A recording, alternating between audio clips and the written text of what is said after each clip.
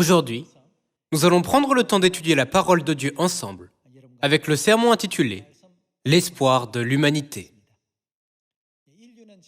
Actuellement, toute l'humanité est dans une situation grave, en souffrant d'une maladie causée par un virus mortel.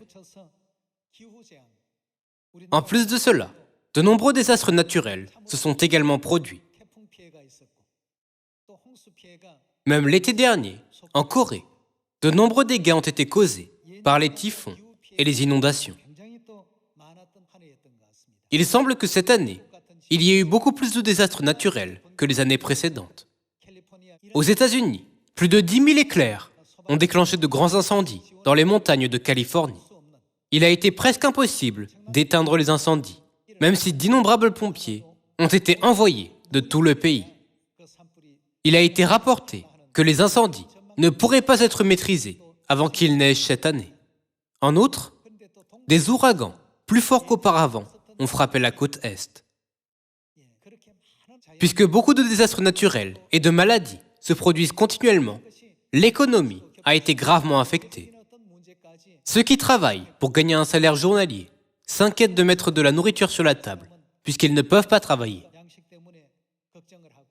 Tous ces problèmes sont devenus un déclencheur et ont même conduit à des émeutes. En voyant les nouvelles du monde, nous ne pouvons nous empêcher de penser que l'avenir de l'humanité est sombre.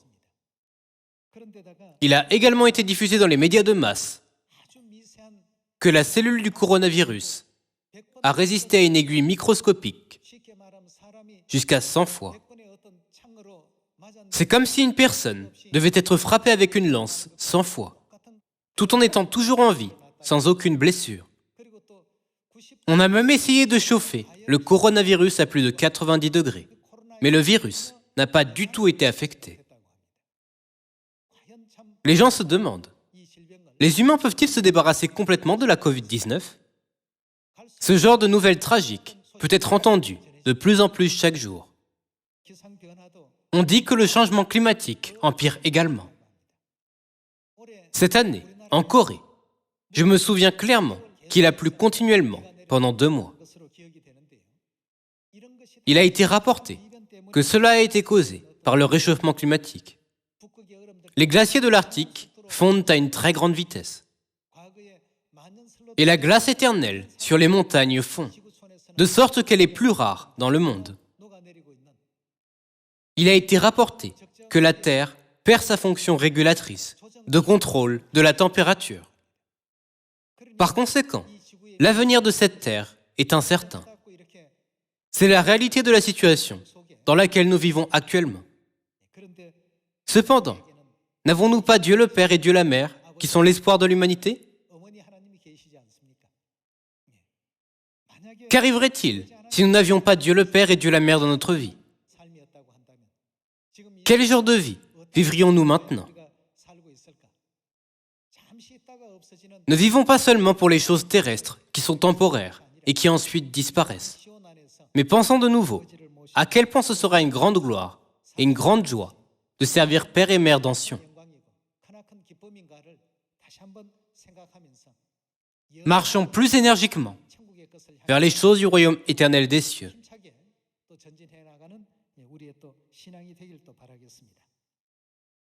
Jetons un œil à Matthieu chapitre 11, verset 28.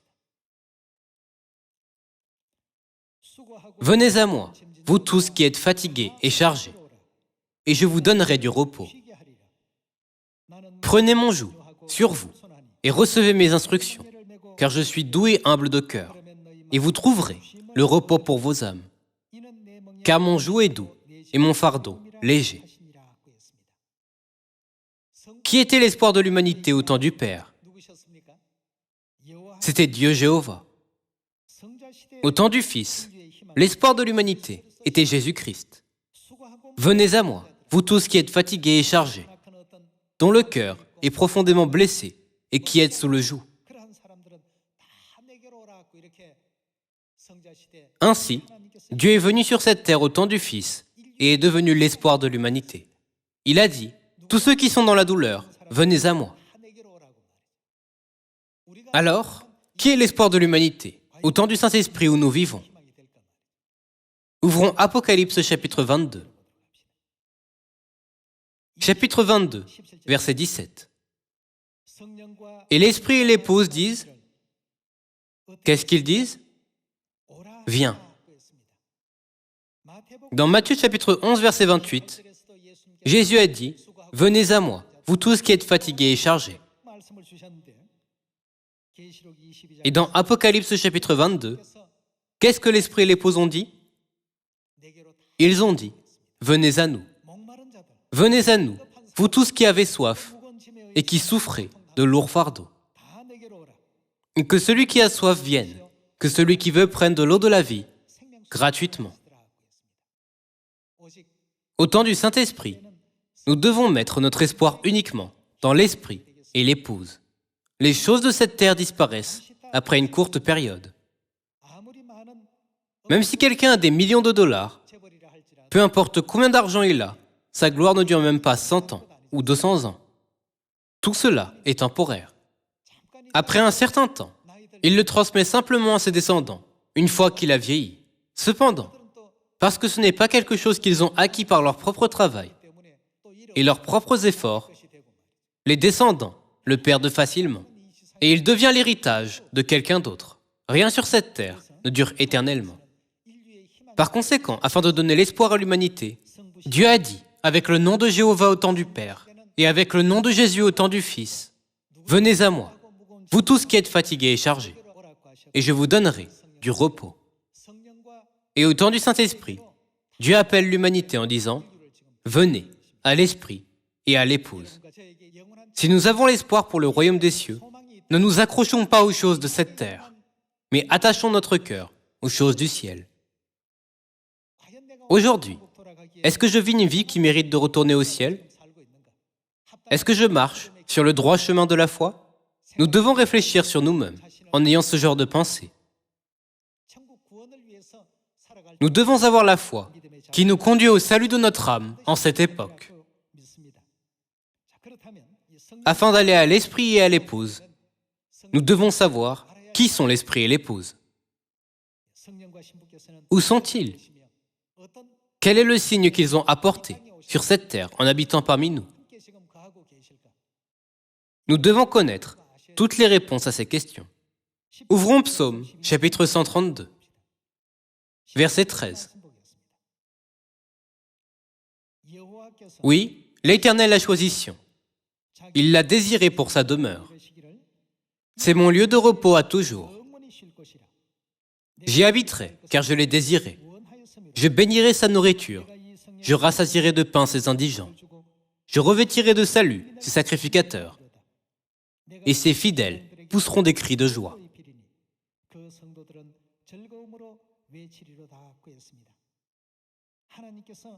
Sion est l'endroit que Dieu a choisi. Dieu a choisi Sion pour en faire sa demeure pour toujours. Alors, puisque Dieu a dit, « Venez à moi, vous tous qui êtes fatigués et chargés, que celui qui a soif vienne », ne devons-nous pas aller à l'endroit où Dieu demeure? Dieu a dit, « Venez ». Afin de trouver Dieu, qui est l'espoir de l'humanité, nous devons aller là où Dieu se trouve. Nous ne pouvons pas rencontrer Dieu à travers une théorie ou une idée vague qui ne vient que de notre esprit. Nous devons plutôt retourner à l'endroit que Dieu a désigné par les prophéties. Nous devons être ceux qui peuvent discerner si nous sommes dans un endroit prophétique ou simplement dans un bâtiment ordinaire. Il y a 2000 ans, Jésus est entré dans Jérusalem en montant un ânon. Cela a été prophétisé dans Zacharie chapitre 9. Ceux qui étaient devant et derrière Jésus ont crié « Hosanna ! Béni soit celui qui vient au nom de David !» Ils ont loué Jésus et ont étendu leurs vêtements sur le chemin pour lui. Beaucoup de gens l'ont loué. Cependant, les gens présents n'ont pas réalisé que l'annonce sur lequel Jésus était avait déjà été prophétisé. Ils étaient inconscients du fait que l'œuvre que Jésus faisait était d'accomplir une partie d'une prophétie. Ils n'ont pas compris, ni réalisé, qu'ils étaient dans cet endroit prophétisé. Aujourd'hui, nous rencontrons Dieu, qui est l'espoir de l'humanité. Néanmoins, il y a des gens qui perdent leur temps sans réaliser à quel point rencontrer Dieu est vraiment formidable. Que nous dit la Bible sur l'endroit où Dieu, l'espoir de l'humanité, demeure? La Bible dit que c'est Sion. Sion est sa demeure pour toujours. Si nous voulons rencontrer Dieu, nous devons aller à Sion et y chercher Dieu. Afin de rencontrer Dieu, qui est l'avenir et l'espoir de toute l'humanité, l'endroit où nous devons aller est Sion. Ouvrons Ésaïe, chapitre 33. Chapitre 33, verset 20. Regarde Sion, la cité de nos fêtes. Tes yeux verront Jérusalem, séjour tranquille, tente qui ne sera plus transportée. Comment s'appelle la cité de nos fêtes? Prophétiquement, c'est Sion, l'église qui célèbre les fêtes de Dieu. L'endroit où les fêtes sont célébrées et où le peuple qui célèbre les fêtes se rassemble est Sion. En ce moment, nous nous rassemblons tous ensemble dans cet endroit prophétisé où Dieu demeure. Vous êtes tous venus à cet endroit pour trouver et rencontrer Dieu, qui est l'espoir de l'humanité. N'est-ce pas vrai? Dieu a dit qu'il serait avec nous, à Sion, pour toujours. Et nous sommes à Sion, où Dieu est avec nous. Continuons avec le verset 21. C'est là. À quel endroit se réfère là? Sion. C'est là vraiment que l'Éternel est magnifique pour nous. Il nous tient lieu de fleuves, de vastes rivières, où ne pénètre point de navire à rame, et que ne traverse aucun grand vaisseau. Car l'Éternel est notre juge, l'Éternel est notre législateur, l'Éternel est notre roi, c'est lui qui nous sauve. Tes cordages sont relâchés, ils ne serrent plus le pied du mât, et ne tendent plus les voiles. Alors on partage la dépouille d'un immense butin. Les boîtes eux-mêmes prennent part au pillage. Aucun habitant ne dit « Je suis malade ». Le peuple de Jérusalem, le peuple de Sion, reçoit le pardon de ses iniquités. Le peuple recevra le pardon des péchés.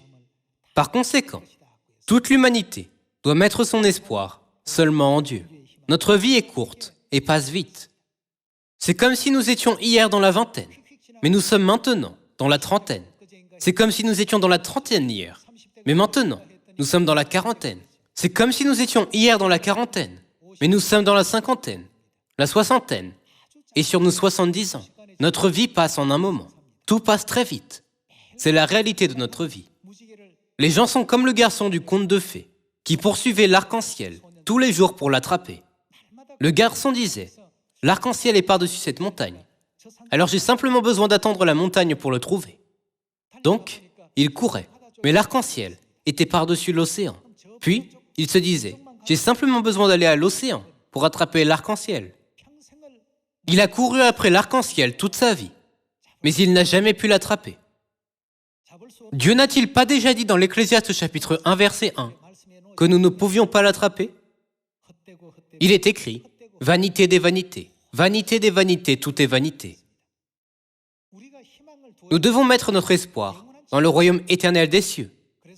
N'est-ce pas pour cela que Dieu a préparé le monde éternel où nous ne vieillissons pas et où il n'y a plus ni mort, ni douleur, ni peine, ni souffrance, ni tristesse? Nous devons mettre notre espoir dans le ciel.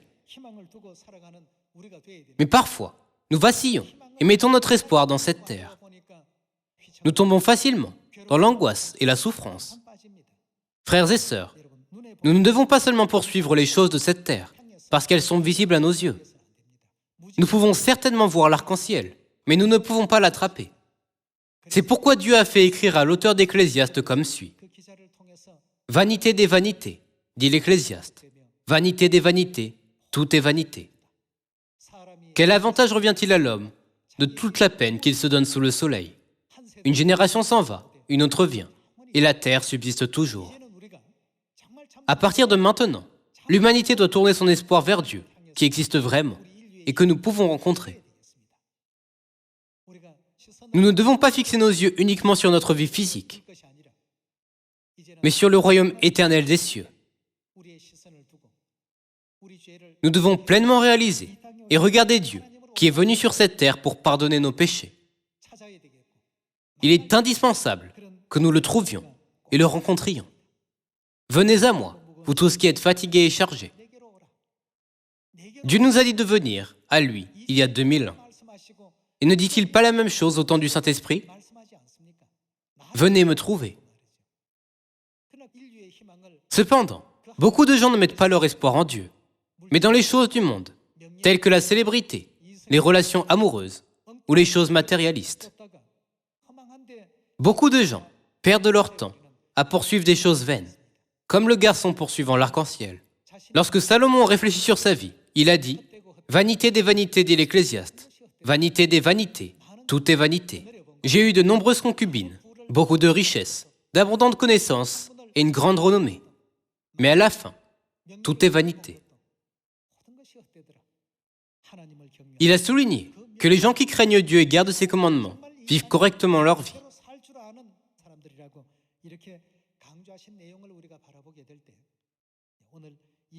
C'est pourquoi nous devons rencontrer l'Esprit, qui est notre Père céleste, et l'épouse, qui est notre Mère céleste, qui sont l'espoir de l'humanité, à Sion. Craignons également Père céleste et Mère céleste, et allons au royaume des cieux en suivant leur conduite. Pourquoi devons-nous le faire? Dieu a dit « Venez à moi, vous tous qui êtes fatigués et chargés. » Et a laissé un exemple prophétique pour nous. Allons à Matthieu, chapitre 9. Dans le chapitre 9, au verset 1, il est écrit « Jésus, étant monté dans une barque, traversa la mer et alla dans sa ville. Et voici, on lui amena un paralytique couché sur un lit. Jésus, voyant leur foi, dit au paralytique, « Prends courage, mon enfant, tes péchés sont pardonnés. » Alors, quelques scribes dirent au-dedans d'eux, « Cet homme blasphème. » Et Jésus, connaissant leurs pensées, dit, « Pourquoi avez-vous de mauvaises pensées dans vos cœurs? Car lequel est le plus aisé, de dire tes péchés sont pardonnés ou de dire lève-toi et marche? Or, afin que vous sachiez que le Fils de l'homme a sur la terre le pouvoir, quel genre de pouvoir a-t-il? De pardonner les péchés. » Jésus voulait leur faire savoir que le Fils de l'homme a le pouvoir de pardonner les péchés. C'est pourquoi il a dit « Tes péchés sont pardonnés ». Bien qu'il soit plus facile de dire « Cette maladie est chassée de toi », il a dit « Tes péchés sont pardonnés ». Pourquoi vivons-nous sur cette terre? N'est-ce pas à cause de nos péchés que nous avons été chassés sur la terre et que nous devons vivre cette vie physique? Alors, qui est le seul qui peut ôter nos péchés et nous donner le pardon des péchés? C'est seulement Dieu. Dieu est l'espoir de toute l'humanité.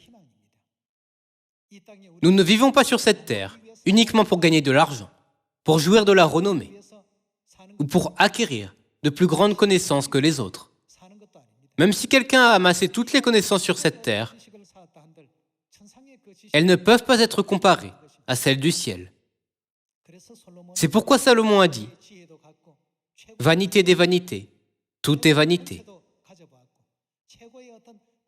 Bien qu'il ait une grande sagesse, une grande richesse, une grande autorité et une grande renommée, cela veut dire qu'en fin de compte, elles ne sont rien.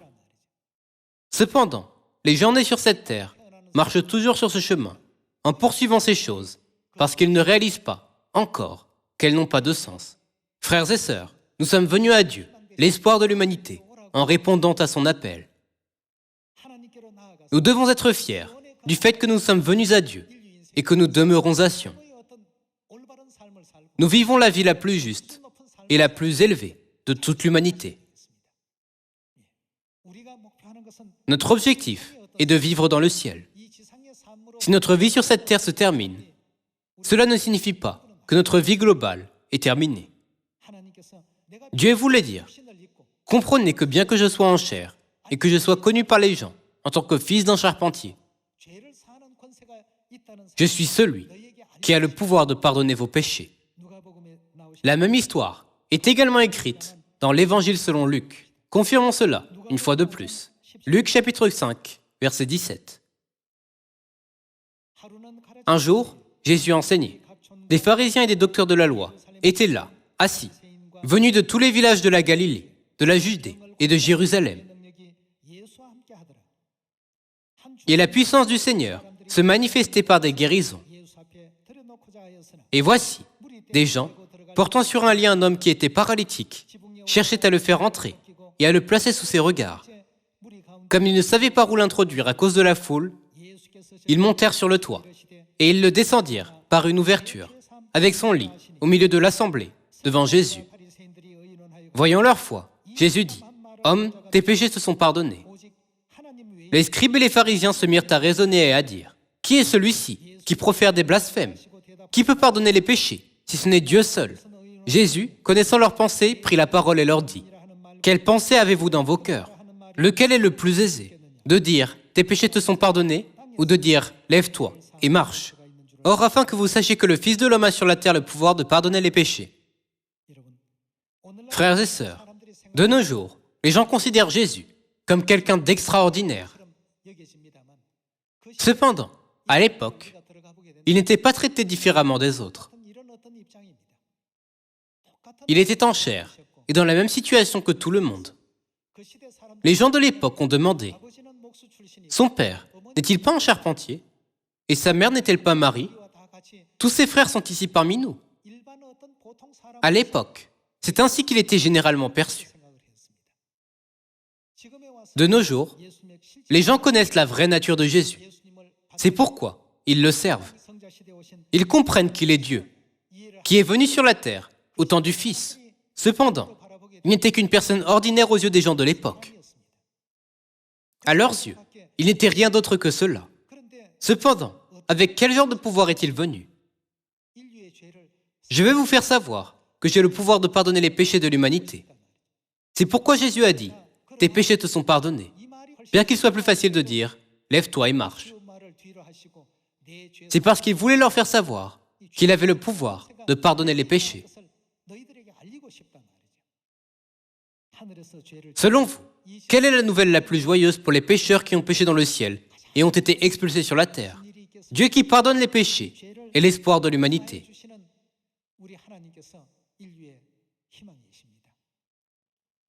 Il est ici, avec nous, à Sion. Dieu est venu sur la terre avec le pouvoir de pardonner les péchés et le pouvoir de nous accorder la bénédiction de la vie éternelle. Nous devons dire à tout le monde, venez à Sion, l'église de Dieu, où l'Esprit et l'épouse demeurent et où les fêtes de Dieu sont célébrées. Il y a 2000 ans, lorsque les gens considéraient Jésus comme un simple homme, les apôtres sont sortis et ont témoigné avec audace. Crois au Seigneur Jésus et tu seras sauvé, toi et ta famille. De nos jours, les gens disent cela avec confiance parce qu'il y a beaucoup de gens qui croient en Jésus. Cependant, à l'époque, ils étaient stigmatisés comme la secte des Nazaréens lorsqu'ils disaient cela. Nous sommes maintenant dans la même situation. Notre Église est l'Église que Dieu a établie et nous servons Dieu. Cette Église a été prophétisée et à travers cette Église, les prophéties s'accomplissent à chaque moment. Cependant, les gens pensent simplement. Ils tiennent une sorte de culte et des réunions dans un bâtiment ordinaire, rien de spécial du tout. Dieu est avec nous et il nous donne le pardon des péchés. Où d'autres sur terre, les gens ont-ils reçu cette bénédiction? Ceux à qui Jésus a dit « Tes péchés te sont pardonnés » sont les personnes les plus bénies sur terre. Frères et sœurs, l'espoir de l'humanité est notre Dieu. Notre espoir ne repose pas sur le vaccin qui peut éliminer la COVID-19, ni sur un médecin, ni sur la politique d'une nation, ni sur un roi, ni sur un politicien. Dieu est notre seul espoir. Venez à moi, vous tous qui êtes fatigués et chargés. L'Esprit et l'épouse ont dit, venez tous. Ils ont dit, venez, simplement. C'est parce que l'espoir de l'humanité est Dieu. Ceux qui connaissent la vérité comprennent que leur avenir peut être brillant et glorieux en vivant selon les paroles de la Bible.